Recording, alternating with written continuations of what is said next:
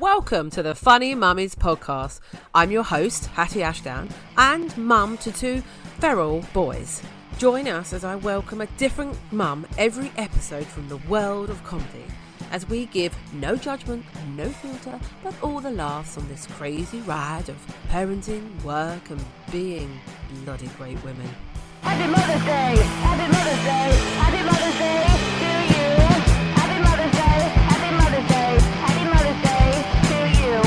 Hello, welcome to the Funny Mummies podcast. I'm Hatty Ashdown, and my headline today is how to deal with throwing up on your birthday and on Mother's Day. More of that later. And my co-host, of course, is the wonderful Gemma Beagley. How are you? I'm all right. So my headline is I spent Mother's Day morning in the pissing rain watching a bloody 9-year-old playing football. Happy bloody Mother's Day. Happy bloody Mother's Day. And Who's now sick? Who's now sick from playing in the rain? Oh, he's not got the bug then. So, no, I've just drugged him. I was bashing the end of the Calpol bottle just to get the last drips out so we could go to school. Because I'm too busy. I'm in that. I'm too busy. I'm too busy to have any bloody time off work. I had that tonight. Mine were both going, Mummy, I don't think I'm going to be well enough for school in the morning. For no reason at all. And, you know, I just went mad at them and I went, well, I can't look after you. I'd have to get a babysitter. They went, yeah, we don't care. It's like, but I was praying for coldy at the weekend. I was just like, I'd rather have a cold or a flu because I could drug myself up. But when you feel the sick bug coming on, there is nothing you can do. And I'll get into it later maybe. But yeah, I was ill because I want to bring our guest in. I want him to share in this because you know what it's like when you feel like you're the only person who was ill and missed their birthday.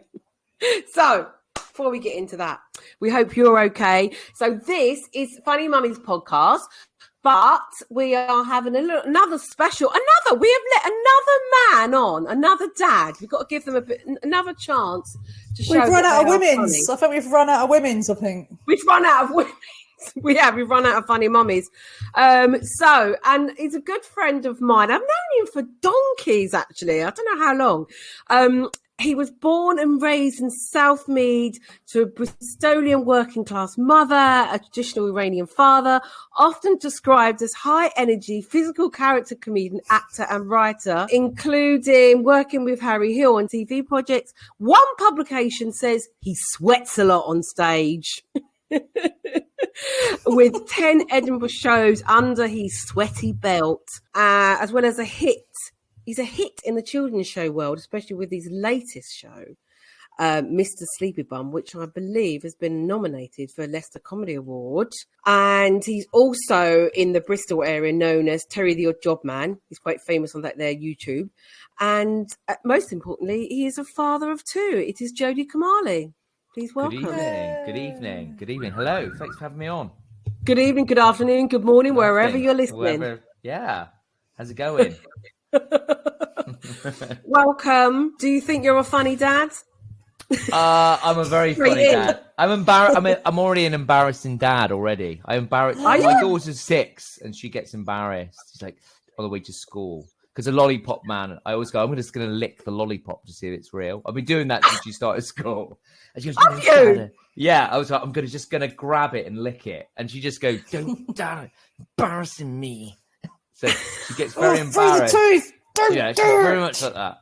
Yeah, because the headmaster's Mr. Green, and he greets everybody every day. And I say I'm going to go up to Mr. Green and go, why aren't you called Mr. Blue? Just so stupid, like, just really stupid, like, you know. So she's just like, don't, stop it. Oh, and so how old are you? Because you've got 2, haven't you? Yeah, 6 and almost 4. My son's going to be 4 on Saturday. Oh, one of each. One of each. She's got one of each. We don't. Yeah, we're boy mums here, so we don't know the vagina, a girl. You know, we don't know. Nice balance. It is. It is a nice balance. Yeah. Oh, good. Good for you. So what I did forget in your little bio there, Jody, is I should have put that also you're a fabulous promotions event manager. Yes. And knows how to when to give breaks for people that are working on a Sugar Puffs promotion. Yeah, that's where we no, our first job was for a glaucoma awareness. That's where we So me and Jody worked the promo well together. Yeah. Glaucoma. You would have seen us. You would have seen us in a Blue Water or a Tesco's in Essex or something. Well, mightn't have seen you at all, I suppose. No. So with the Sugar Puffs, we had furry feet. I remember furry feet. Oh yeah. And I did that job in Bristol as well. And I saw this old twat of I haven't seen him for years, Andrew Hoskin. And he came in and was like, Judy, you're doing well, aren't you? You know, just like looking at me in disgust, where he's like, we had like blue and white pajamas and furry feet, didn't we? And yeah. Is he called a honey monster? How's he Honey Monster? It was a honey monster, yeah. And I drove a massive... It was Honey Monster. I drove a massive army truck around the country, basically. But you remember... Decorated as a honey monster, and then the horn would be like, I love my honey, when you press the horn. Oh, you got good. Yes, I'm remembering now a big truck, and I remember. Do you remember that I was the honey monster? Oh, you did, didn't you? Yes. So if you wanted a bit more money, and obviously being tall, I was like, yes, sod it, I'll do it. And you put I'm sorry, kids, if you're listening. Disgusting, though. It was absolutely disgusting. So disgusting putting on the suit. Well, my best friend is, as you know, is Andy from CBeebies. You know, and all the mums and dads. Yeah, there's a clanger. He's dropped a. I got Andy because Andy was on CBeebies, but it paid so bad when he started. I said, mate, do you want to be the honey monster? No one will recognise you. And I got him to do it. And I gave him the hurt, and it absolutely stank. It smelt like rotten. Like Sugar Puffs. Yeah, Sugar Puffs. Like gone off milk, you know. It was just like, and I was like, mate, you have to do this job. And I was like, it's like, mate, I can't do it. I said, please, you know, it was there, and he did it. I got him to do it. I said, please, the kids. I was like, and there he was. I said, if only these kids would know that's actually Andy from CB. I know. God, he didn't do the days I did, obviously, because it must have been we were alternate days or something. I don't know. I did it for months on end. We went all around the country doing it. It was mental, yeah. I met somebody who claimed that Bungle lived in the flat above them in Collier's Wood. What? And that he was the dude in the Bungle suit, and he said he was very grumpy. He's very grumpy. I can imagine they all are these children's and old school, especially old school. Yeah. Andy's not. Andy is what you see. Honestly, what you see on TV. Like, he's always like that all the time. He's just like, "Hello, kids, all right? I'm Andy." He really is, isn't he? He is like that, and they're all like that now. Because I've met loads of them over the years. Because you know, when he started, he's been doing it almost 20 years. Like, they're all lovely. They're all so lovely, chatty, warm. But I think these old school children's entertainers, like Rod Hull, Emu. Apparently, Rod Hull was like bitter, twisted. They're all bitter and twisted, and I think. Do you think they're all like failed? Do you think they were failed actors, whereas you know the next generation were kind of wanted to be? Well, apparently Rod Hull used to get jealous of Enu because Rod Hull was a comedian in his own right. So like, right, okay, yeah. And then Enu came in, and Enu became popular. And apparently he thumped him and threw him across the room. Because he was like jealous, because everyone loved Enu more than him. Because apparently he's a really good comedian. Apparently in his day, he was actually a good solo. But I think you're absolutely right. I think it used to be seen as a down thing of like whether it be you were going to be a comedian, but it was like, well, get yourself a puppet and then you can entertain the kids, get yourself some money, and it was sort of seen as like, oh, that's not really what I want to be doing. Whereas, yeah, I think a lot of people going to see BBs that's what they want to do, and they respect what they're doing. They totally do, yeah. But jealous, that brings me into what I wanted to talk about. Many things I want to talk to you about, Jody. Normally we might have a topic, but I think we're going to have many topics because this came up. So jealousy, which is a nice tie-in to Emu. Now, I don't mean in a sort of big way of like, jealous of everyone's career or your own puppet. But this came about through, I forgot, because it was my birthday this weekend. I didn't forget that. I'll never forget that now. And my son, when I was talking about it the day before, as I was saying it, I remembered, he hates people having a birthday. And I started but I thought I was getting excited because I get excited over people's birthdays. And so I was saying, it's Mummy's birthday. We'll be able to do this. And where do you want to go for dinner? You can pick. We can go. Da-da-da. And he went, what? He went, I don't like your birthday. There's no present for me. And he starts kicking things and going mad. I was like, How old is this one? Now, okay, he is 5, but he has had this. I forgot. I was like, oh yes, he's had this every time someone has a birthday. We have to hide, sort of like really play down our presents. Wow. And I said to Gemma, I might be opening my presents in the bathroom, but he actually turned over a bit. What I had to do, Gemma, was that thing of I had to let them help me open the presents. That was the only way. And then they were really disappointed when I opened it. It was a bottle of gin. Well, my son's like that weirdly, and that from birthdays. Yeah, he was. It was my birthday a couple of weeks ago, and he was like that as well. I went down. My daughter hugged me, and my wife Zula was like, "Max is upset. He doesn't want to say happy birthday." His head was down, and he said, "No, I'm not saying happy birthday. I'm not saying happy birthday."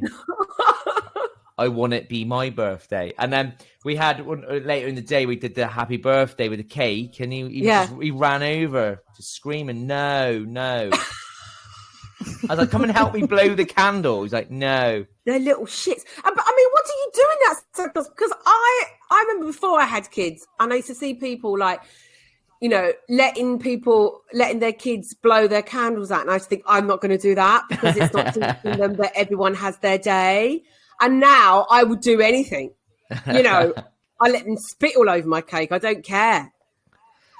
Just have some peace and quiet. I find it funny. I find it hilarious. We were trying not to laugh. There's something very funny about it. I guess it's just if he I don't know why. It's just so innocent. They're so innocent and getting so jealous. And it's understandable, I guess, but it's almost as long as they grow out of it by the time they're 18. And I'm like, can we have? What about? Can I just have my turn for attention? Can I have a little bit of attention? Because our lives revolve around you guys. Why can't we have a bit of time? I think you just love presents. Yeah. Did anyone? I remember when I was a kid, my mum and dad were kind of just that they were never really like a lovey-dovey couple at all ever. But if there was any kind of affection, whether that is a kiss on the cheek, happy birthday, or they met dancing, and so if they, sometimes they would dance. Oh God, and I'd be trying to separate them. No. I hated it, because it was just so weird and alien that they were showing each other attention. I couldn't. It wasn't so much, showing me attention. It was just felt disgusting to me. No, I was opposite. I was desperate for my mum and dad to be lovey-dovey. I'm trying to think if anything I was jealous of as a child. I mean, I think I was pretty jealous of everything. To be honest, it's probably where he gets it from. I think I was pretty jealous of everything. But what age were you though when you felt? What age were you? When probably similar, like 6, 7. I mean, do you is there? Because I know Gemma does, and I want her to tell us her jealousy thing that sort of makes you go, like, okay, so one of mine is, I honestly, it's 2 things actually. I get very jealous of people that got an island in their kitchen. I've got an island, sorry. Oh, Joe. Well, we moved to the coast to get that, so we wouldn't have got that in London. That's true. You've literally got your own island. I do. I'm just like, oh, you can stand there and you can sort of cook, but you can talk to me. Whereas like I'm in the other room, and which I know it could be good. I mean, I've got a child that's trying to get through. What's the matter? You're listening to the Funny Mummy podcast. Yeah. Now can I go back? Yeah. What are you jealous of as an adult then? Gemma, do you want to kick us off? Yeah, so when you were talking about Buster just raging at other people having birthdays, it reminds me of, and I still now at the age of 43, if someone tells me they're going to New York City, I can't bear it. I can't bear that I'm not going to New York City, right? I can't bear it, and I don't want to know about it. I can't control it. I can't control it. Ridiculous. I'm really unhappy when I'm really unhappy and jealous when people go to New York. I take it's because you love New York. It's because I love it, yeah. And I think I should have had the opportunity to live there at some point. And so when people go and live there for the weekend, I just can't bear it. There you go. That's my silly little thing. What about someone saying, if anyone's moving there, then Jesus, God help them. Yeah, except that when they move, they're not gonna move to New York City, are they? They're moving out to like Rochester or something, out in the sticks. Yeah, that's it. That's my silly little jealousy. I think it's quite nice though. It shows that you've got passion still. Do you know what I mean? And I love the honesty, because I think no, I'm really happy for you. And it's like, no, I just don't want to know. No, it's just like, no, sorry, I can't bear it. Do not talk to me about it. Yeah. I think it's quite sweet. But I will be noted if I do go back to New York. I won't tell you. Just lie. I'll just so lie. Somewhere else. Have you been to New York, Jody? I have, yeah, a couple of times actually, yeah. Oh, I took my mum for 60th, and then I went on before that I just went on a whim, right? And I got a flight with Air Kuwait, a £250 return. Look, bloody hell. 2010, yeah. And I stayed in a hospital. I stayed in a hostel for 2 weeks. Hospital? You must have stayed in a hospital. And it was like the cheapest trip ever. It was amazing. I just was like looking, I was like, 250 quid. And it was the most awful flight. It was so random. It was like, Air Kuwait? Do they even have an airline? And it was falling apart. Like everyone was complaining that the seats weren't working and that the armrest came off.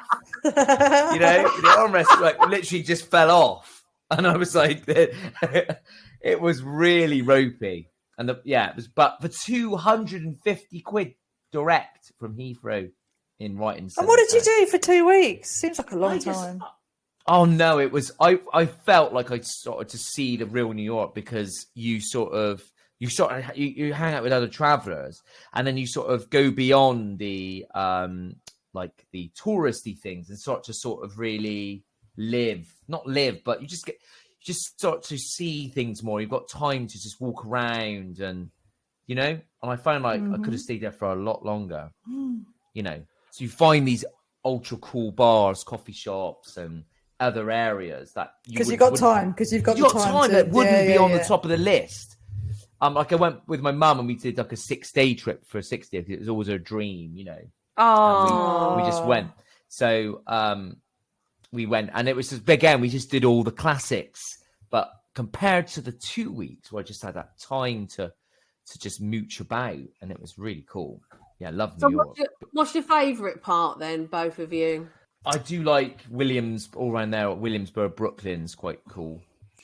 I liked Lower East Side, very cool down there, very alternative, lots of kind of punk rockers knocking about and arty-farty people and stuff, yeah. And what's that big, is it the former train line on top? What's it? The High Line. The High Line's very cool. I love that. That's great. Yeah. Walking along there. I did not think we were going to talk about. I don't know. I only went for quite a short trip. So, and it was not long after. Well, I say not long after. It was when Ground Zero was like where everyone wanted to go. So it was like say 3 years after 9/11. So yeah, that sort of tinged it a little bit. That's your highlight. Yeah, that was my highlight. But I remember saying Brooklyn was my favourite. Just general Brooklyn. Just the minute I got off the subway, I was just like, I feel like I could live here. You know, I was all into my record stores and that then. So I was like going around the record stores, flicking through the records, thinking I was so fucking cool. Just get lost. I think that's it. Just spend time to get lost. Go long enough. You just get lost. That's what I did. Get lost there. And yeah. Do you think people come to London like that, Jody? I think so. I think you would. I think London's a good thing to, do that. Just get lost here and do whatever. Yeah, another thing. I just randomly went in. It was a random street, and it was full of like fortune tellers in shops. Like one person in a shop, and it was like I could tell you fortune for $5. So I went in. There was this one woman like in a shop in a window with like 2 chairs, and I just went in, and she came out from the back and said, "Just sit down." We sat there, full view of the shop, people walking by, and she just read my palm or something, and said that I would meet someone in Europe, right? And fake, that will be be your true love, and I did. 2 months later. How weird is that? I took a spontaneous trip to Barcelona, and that's when I met my now wife of 12 years. How weird is that for $5? For $5. She was like, for an extra $10, do you want me to cleanse your auras? And I was like, oh no, I'll just stick with the wife that I'm going to meet in a couple of months. Literally, you can just go up. Do you like me to cleanse your auras for an extra $10? I was like, no, I'll just stick with the $5. So stingy. Oh God, I was like $5. Oh God, have you had your fortune told, Gemma, ever, or any of that? Yeah. I mean, the last time I went, I did a phone consultation because I'm a very busy woman, very busy working woman. This was years ago, and he used spirit guides. Well, I went to him first, and it was 2nd of January of whatever year it was, 2nd of January, and he started off and he said, "No romance for you this year." I said, "It's the 2nd of fucking January." Sat there with the I never tell you he was right, but then a year later I had a phone consultation with him, and he kind of laid out me meeting my husband to be, and that became my husband, and all the troubles that we would have early on in the relationship. He kind of listed them out. Yeah, it was pretty extraordinary, really. But did you pay $5? No, I didn't. I paid a bit more than $5. Yeah. Wow. But yeah. I haven't been since, so I don't know. I don't want to know. Never ever. I've never Haven't ever. You? No. I know. You seem like you would be a crystal ball, and you would go hand in hand. I know. If we were on that panel show, like, which of these had their fortune told? Yeah, exactly. It would be Don't me. you think, Jody? I mean, I'm surprised that you've never had your spirits read or whatever. Like, Clinton Baptiste. Clinton Baptiste? Yeah. Do you know Clinton Baptiste? I was in like a bit of a sort of like old man's boozer. I think I was with my ex-boyfriend, who I'm still friends with, and he was like, "Oh, come on," he's from Leeds, so I'm going to try and do his accent just because it's funnier. And he was like, "Come on, let's sit this." And this woman's sitting there, like, it's like put £2 in the pint glass type thing. And he had his fortune told, but she was so rubbish. And I was like, no, thank you. And I just sort of stood behind him, and she just one of the first things she said to him, and he's like the skinniest man I know, like he's very skinny, and she just said, "I think you might have some issues with food." It's like, oh, she's good. So, but they look so cheesy, don't they? You see like posters of them, and Derek Johnson will be telling you your fortune. They look all a bit kind of kooky, don't they, and old school, and cheesy. Yeah, I just see it as like over 50s. You know, like I'm women or not something. I don't know, like just in there trying to. My mum is into all that. You know, she's big into that. She's gone like with her sisters. They'll go to somebody every so often. Well, they're on TikTok as well now. Do you not see them late at night? They crack me up. Oh God. No, have a quick look on TikTok. It's hilarious. No, I ain't getting on that. I don't want that in my algorithm. I don't want it. So TikTok, which brings me on nicely to our working class roots. Nice it doesn't at all. Segue. But I really love the bad segue. Because I was thinking, actually, I thought, do you know what? I've not really talked about. Well, I guess it's not like I go, hello, I'm Hattie, and I come from working class roots. But I thought she don't shut up about it, Jody. She doesn't fucking shut up about it. You know, it's like she's doing it for the grants. Bloody box ticker. I'm a box ticker now. I didn't realise I am a box ticker. You're underrepresented. So it was Jody Kamali who said to me about this organisation called Best in Class, and it was started by the wonderful Sian Davies, who supports and wants to put the word out there about needing more working class voices in comedy, in TV, in creativity. And Jody told me about their bursaries they do a couple of years ago for Edinburgh to help with accommodation. And I applied to that. So thanks to you, I got a bit of help with that. And then so because I guess I'd never really thought about, it's one of those things that you gravitate to people. And it's only now I'm older, I sort of think about people and go, oh yeah, I guess it is maybe because we've had similar sort of upbringings and stuff. Again, I know I mentioned him last time, but I can mention him every podcast I've watched. My wonderful friend Darren Maskell, who died, and I didn't even realise till someone said something, and I was like, oh yeah, that was another thing that gravitated us together, was going into the comedy world, and there being so many. Let's be honest, it can feel like people that are able to do something which, let's be honest, when you first start, or even when you've been going for 10, 15 years, you don't make a lot of money from. So therefore it attracts people that come from a privileged background.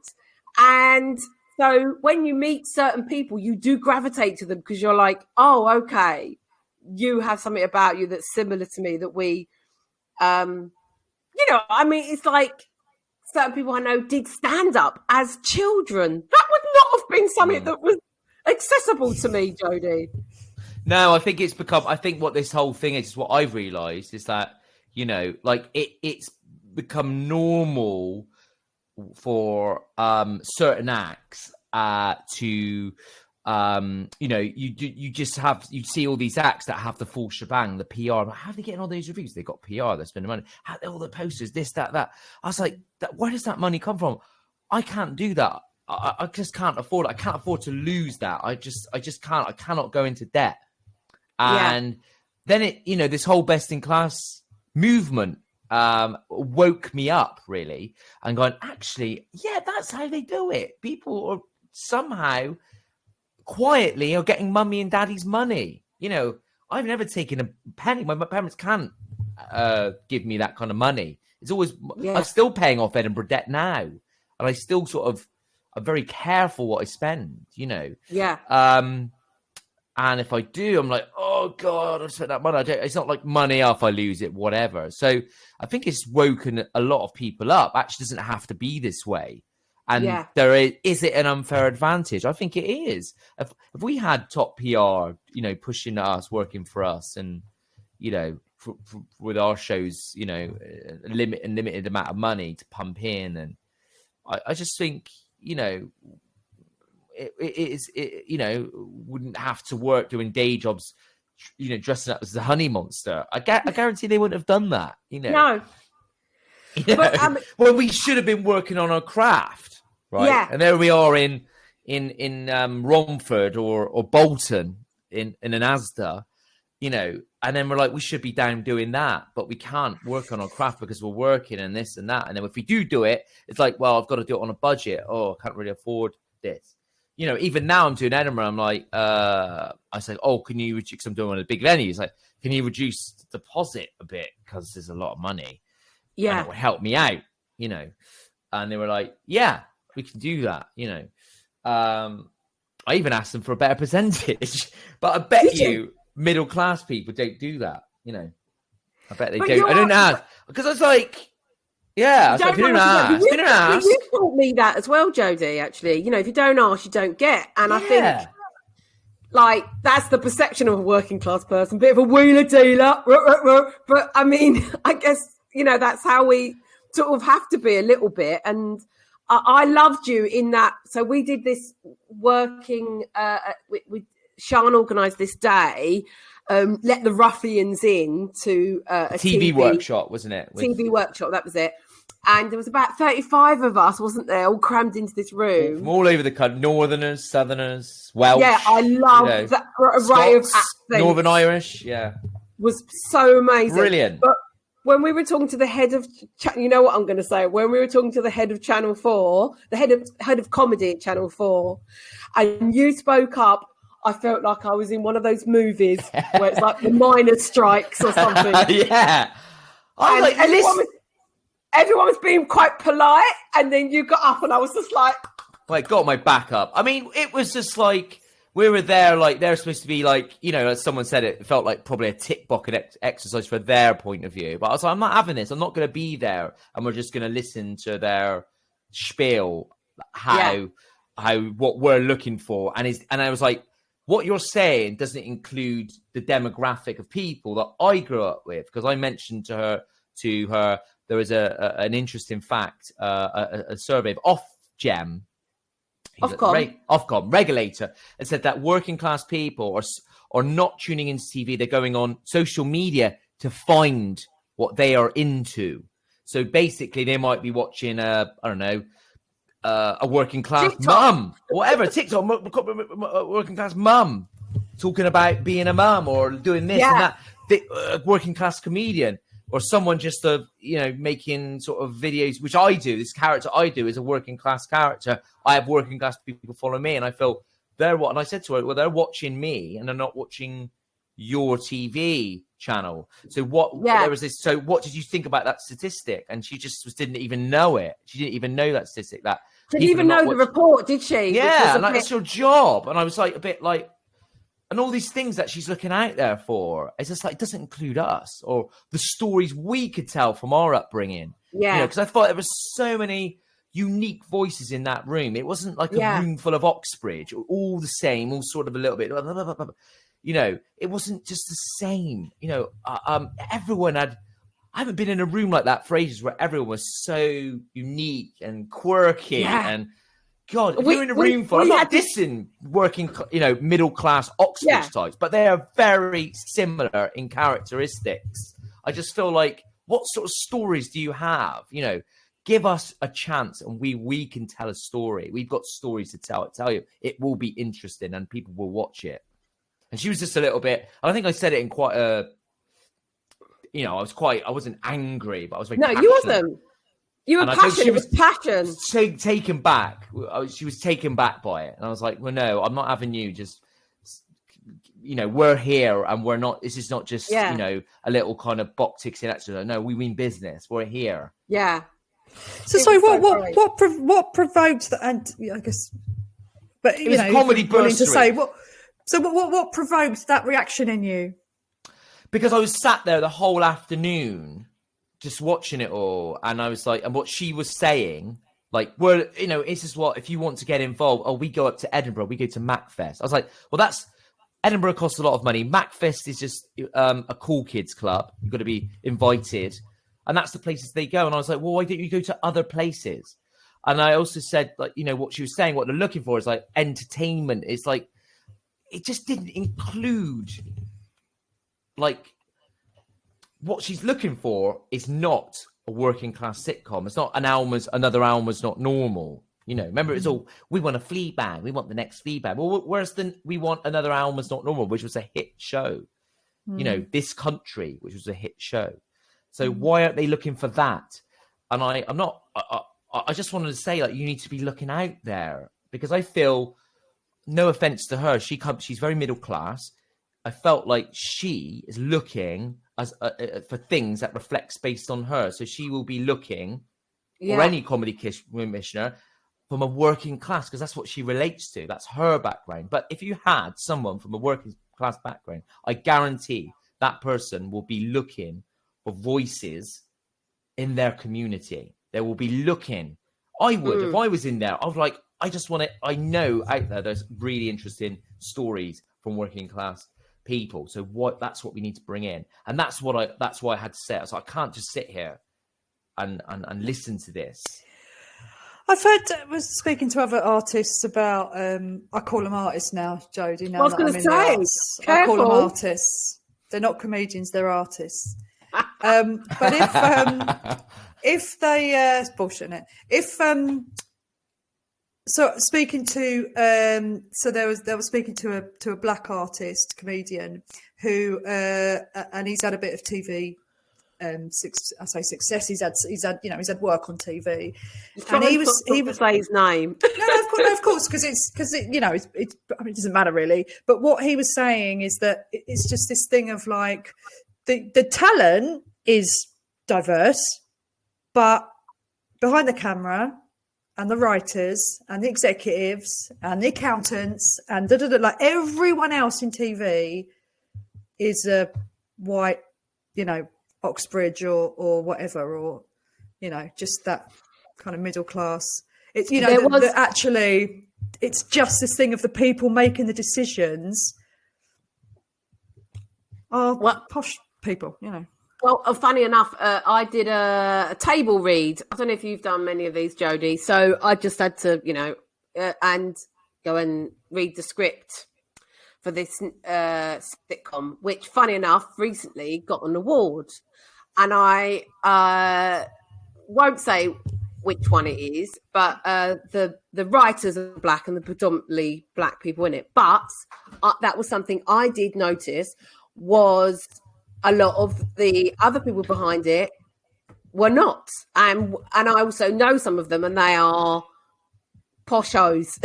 They are, I know they're from, because I know one of them is some woman who was linked to my sitcom, and he comes from a very privileged background. And that was some of the problem when I did my sitcom, was that some of the writing, which is something I would have loved to have said that day, but I didn't want to come across as like, well, I've had a sitcom, was get out. There was stuff that they would sometimes go, would that really happen? And I go, yeah, it happened to me. And these Oxford types will just not believe that these certain things would happen. And I would go, yeah, that happens. And it was like, oh, okay. So then they just don't believe it, because so they don't put it out, and you're fighting for this joke to be put out. They think, oh no, it's too unbelievable. And then you're like, no, but it happens. So yeah, but I think there needs to be a shake up. But how can you do it? Like my wife works in an office job, and she said all the interns now are really posh because they get like 23,000 pound a year, and they live in London. So they're not. I mean, that's not a massive wage for London.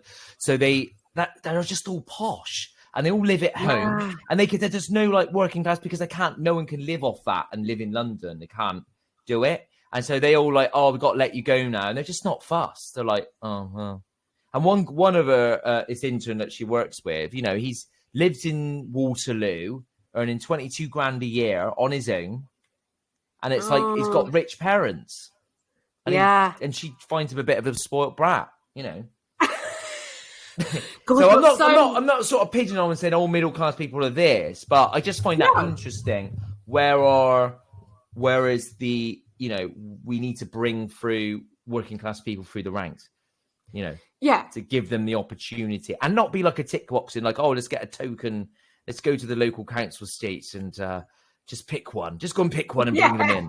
It's got to be that influx of but how can you do that? How can you, when people are struggling at the bottom, and there's the talent that are not getting through the ranks? You know what I mean?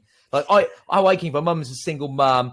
She knew I was into drama. She did everything, and there was a TV station in Bristol that had like a young person's workshop that they would use for telly, and you could audition. And she's like, well, let's just audition. And I got in, and it was the other side of Bristol, and I was still young, and she would get me a taxi because she couldn't get me there because she was doing part-time work. So she paid for me out of all the little money she had to get over there. She did everything for me. And, without her, I wouldn't be where I am, really, because I feel like she's really helped that. And it was a struggle, but now I find it would be impossible for young kids to get into this, and it's just going to be difficult for them. Well,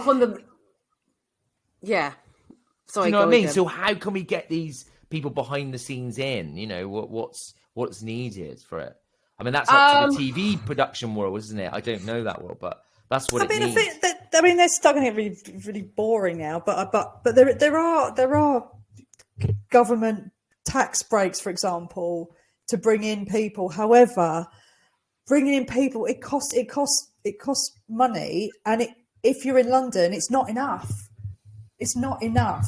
People will still have to live in, not even zone 6, like way out, in order to, and then spend most of their wages on a train fare. But someone who works with me, she was came through on a government scheme where the government basically paid for a part-time role, and she came in and did finance with me. And she's very working class, quite a dysfunctional background. Jody, she is brilliant. She is so fucking smart. She is so smart, but she's just never. I think the job centre made her apply for this position in a theatre, right? She just wouldn't have ever. She wouldn't have even known that to apply for a job anyway. Do you know what I mean? Yeah. So I think the government there's stuff that the government could have done and can continue to do, but she still has to get like 15 buses to get in because she can't afford to get on a train. But there's also another thing. I remember the Scottish guy. He's a producer. He used to produce like Mock the Week and things like that. Really lovely guy. Scottish guy, came from Account State. He was one of my favourites, actually. Really real, very lovely, very giving. And he said, like, he went back to his old estate, see his family. And he was like, which really stood out for me. And he said, this old guy he knew from school came up to him, is like, oh, what are you doing now? And he's like, he's sort of even trying to talk more Scottish, like, yeah. He's like, oh, I'm like a producer, executive, whatever, producer for this, for this program. He's like, what, you? And went, yeah, me. And I think he said to him, well, why not me? Why not me? Why can't I do that? And because he said he felt a bit of imposter syndrome, which we all resonated with that. And we feel we don't belong there.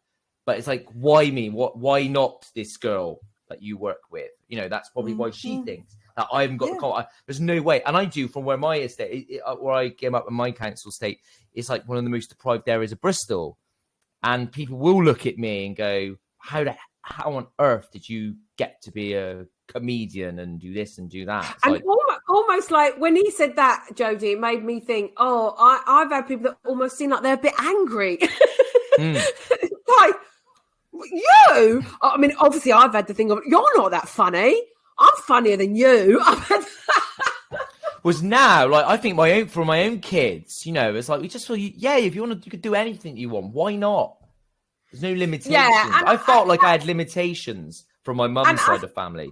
Definitely. Did you? Like, yeah. So like, you got to get a job. My cousin was a plasterer. You're not thinking you're just bumming about up London. You got, look at me. I get up at 7. I work hard. Just because you're a labourer, you work hard. It's like, yeah, mate, doesn't make you different just because you're physically working hard. You're burning, just because you're burning more calories than me doesn't make you more. Do you know what I mean? It's like that. It's like, you're bumming about. Now he sees I'm doing okay. I'm making a living from this. Yeah. You're getting treated differently now. Then. Yeah. He's just like almost. I'm not saying it. He's always like, wow. I can see it. But he used to diss me. I was a bum. He called me, and when we were drunk, it was when I was about 29, 30, I think. No, about 33. I'm 44 now. So I remember we all went out, a very rare drink in Bristol with the cousins. And, he said, I think you're a bit of a bum. At the end of the night, I came home and I was wailing in tears. I was so upset, that they thought like that's what my family are talking about for me. And I was like, they don't understand. And that's what he said. Well, I'm a plasterer. And I was like, now I go, well, look, I've worked hard, because you can't earn a living in a comedy if you don't work hard. So it's honestly, it's that mentality. How can anyone succeed if someone says you're a bum? Like, it could turn anyone off. Like, just, we tell our kids, you can do what you want. You're not a bum. Just do your best in anything you want to do. And eventually you will probably get there, but just don't give up, and there's this sense I feel in the working class communities that you're just limited to maybe being work your way up from a labourer to a carpenter, and that's got to change. It needs to come down. It's got to change that actually you can go beyond that, Yeah. Well, and that's just it. I'm going to misquote it, but that wonderful actress from The Holdovers that won an Oscar, and something that stuck out for me that she said about when you're an actor, because you're used to these knockbacks and stuff and rejection, the resilience that you build up makes you this sort of like, although you have to have a certain amount of, she didn't use the word ego, but it was something like that. And I know what she meant, as in self-belief. You have to keep going, but that also it makes you a better person. I'm misquoting it. No, I was listening to Chatterbix with Brian, with Joe Wilkinson and what's his name, Chatterbix podcast, and Ricky Gervais was on there, and David Earl and Joe Wilkinson, and Ricky Gervais was on there. Ricky Gervais said, "Oh, I feel for people who didn't work before they got famous, like have a job, a day job. I feel for people that didn't have that life," and I found that really resonated with me. That's true, isn't it? I mean, wouldn't have all these stories about wearing sugar puffs. Yeah, well, Hugh Dennis. I mean, he said, like, when people ask him, like, how do I make it, and he said, stay in your job as long as you can, because that is inspiration for comedy and for writing. Just try and stay normal as long as you can. It's quite interesting. I think this country couldn't have been written off the top of someone's head. No, right? It's like someone had to live that freaking life, right? And Give Out Girl couldn't have been written if I hadn't have been in a sugar puff. There you go. It's true. Different angles, Well, would you put your daughter on the stage, as they say, Jody? Okay. Let's go back to just quickly go back to jealousy on that point. Are you jealous of middle class? And I'll be honest, I used to be really jealous of middle class people. Did you? Growing up, 100%. Okay. I felt like they got it. Like, I have to work so hard, and I felt like they were just living in very comfortable lifestyles, homes. And that I used to get jealous because I feel like more of the money or the I just feel like what they were given, like the privilege. Because privilege is like I started off in drama, doing not drama in Bristol, and they're all middle class, quite posh parts of Bristol. And sometimes you go over to the house, it's these beautiful houses, Georgian houses, £1 million, and you're like, oh. But I was jealous of that. I was like, well, look at me. And I was a little bit ashamed because I lived in this really, a council site. It's kind of ready brown brick council house. And could I ask you, so about being ashamed of that? Now you're an adult. Has any of that still stayed with you? No, do you know what? Opposite. Deep here. Because when I used to never say, because they were all posh, and I live in Clifton, and it was just really part of Bristol. And I'd be like, I live in, if I said Southmead, they're like, oh, when I grew up in the 80s, it was rough. It was like cars on fire. It was like proper rough as hell, to the point when you go, I'm from Southmead, they go, and people used to say, like, oh, well, I would never go to Southmead because I felt like if you're an outsider, they would duff you up. But obviously, they knew my family was in that community since it was built in 1930. So we've got this history, and everyone knew you, and you were safe. But I never knew that. But I used to be ashamed of it. I never said I was from Southbury, but now I do. So when I would meet a posh, usually I go, "Oh, where are you from?" "I'm from Bristol." And they're all posh, and I know exactly where they're from. Yeah, they're from that area. And now I would tell them from Southbury, and they kind of look at me like, "How did a person like you get out?" Get out. Yeah, I'm proud of it Yeah. now. I am like, this is where I'm from. I say it in my biogs, and this is where I'm from. This is who I am, and I'm proud of that. I'm proud of the knocks. I'm proud of the sights and scenes that I'm proud. That I grew up with a mum, a single parent in Bristol. I've no shame in it now. I feel like it's interesting. I'm different. But yeah, to answer that, I got over it. I got over that. You don't need to be ashamed because you're trying to fit in. Because I can't say that because it's also middle class, and I've got to be like this. And I was like, my accent. At one point in my 20s, I really almost lost my Bristol accent because I was trying to fit in. And then by the time I got to late 20s, I sort of dropped the accent again because I just want to be me, and I just stopped pretending. So my sort of accent has sort of come back a bit, I feel like was that when I would have met you? Because I do feel like when we reconnected through comedy, your accent did seem stronger, and I was thinking, I'm sure when we did promo, your accent wasn't as strong. Because I was putting it on. Yeah, I was like trying to probably. Yeah. Well, no, I think I got it into like as a habit of not. Yeah. But my family now, they would call me posh because the way because I'm not as strong as the accent as them. Because they're a bit more like Bristol, a bit more lazy, a bit like that. So right, yeah. So they would say I'm posh. Don't Jody speak nice? That's what they say. Don't he speak nice? Well, he does. Believe it or not, I used to get it as well when I went to uni and I'd come back. They noticed a difference in my accent, but not now. It's gone back again. Because the best my mum was the other day, I said, "Ma, I think you just need to tweak that a bit." She went, "Oh, I don't understand what tweak is." Bless her. I was like, "Mum, I was like, just a bit, Oh, your mum is a glamorous legend. Very humble, my mum. Have you got any kid logics? I don't think I've got any this week. Anything that we always like to, because sometimes it can feel, actually we haven't really, I always say this about this podcast, is that it's not a parenting podcast. We just happen to be parents.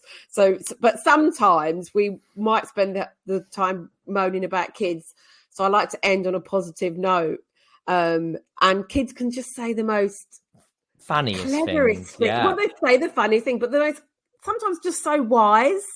And you're like, yeah, you just cut through the crap. I mean, this sounds a bit dark, but actually tonight my son was getting a bit upset, about he's I think someone's bullying him again at school. And he was like, I just want to say, because I just tried to say to him, like, why? And it's like, it's so true, isn't it? It's like, got no reason to. And I was like, mate, you're never going to get the answer. It's like, and then I don't know what to say to him, but yeah, he's very rational about things normally. Well, I've got one. So I just said I do a kids show. So in the kids show, it's about you must get so many. Yeah, sleep. So it's about sleep. So at the beginning, I'm playing Mr. Sleeper when I wake up, and I basically, the whole point of the show is I recreate the dreams that I had, right? So I'm on as the audience come in, I'm sleeping, and then I wake up like, oh, there's these kids in the room, parents in the room, and then I say to them, oh, what's going on? I went to bed in my bed last night, and I've woken up in a room full of a theatre full of kids and parents. Am I dreaming? Am I awake?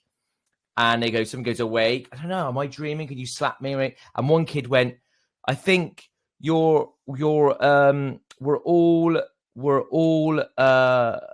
he said the word, we're all awake in one big dream. And it just stopped the room, like, wow. And everyone was like, and I went, whoa, we're all awake in one big dream. That is so profound. Yeah, we're all just a dream. This is one big dream, but we're all just awake within this dream. Yeah, see? And it was beautiful, and it stopped people. The room went silent for about 5 seconds. Where all the mums and dads going, like the Matrix, Yeah, and then they get older and they lose all that. Yeah. But honestly, if ever you're stuck on something, sometimes when you are single parenting, I don't know whether your mum did this with you, is because you lose that partner to talk about the most mundane things. I find myself talking to them about really mundane things, and they give me some great answers.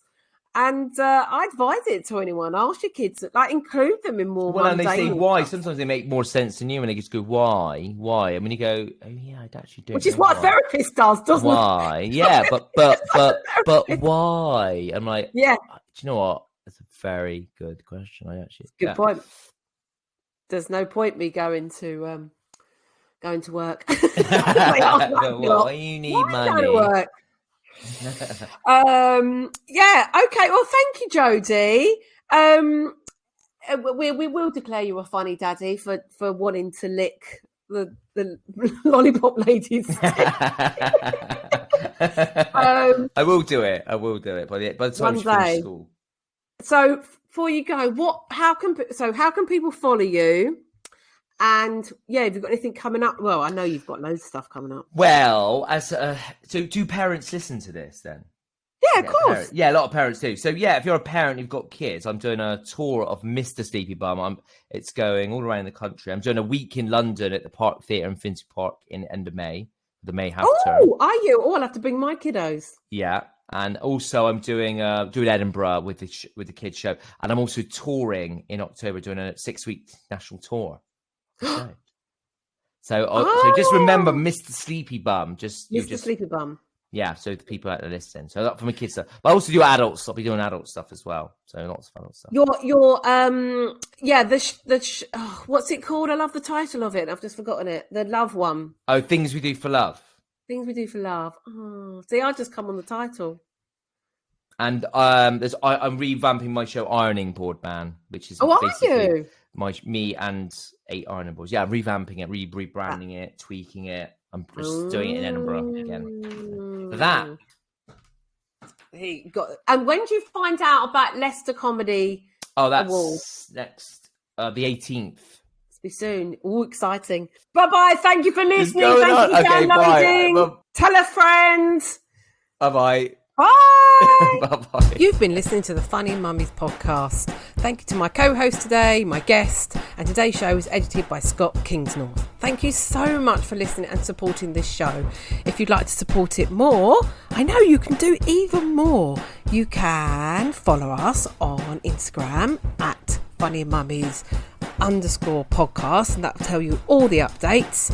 You can also support us by buying us a coffee or something on one of these fangled things called Ko-Fi. I'll give you the whole address. It's ko-fi.com/Hatty Ashdown_FunnyMummiesPod.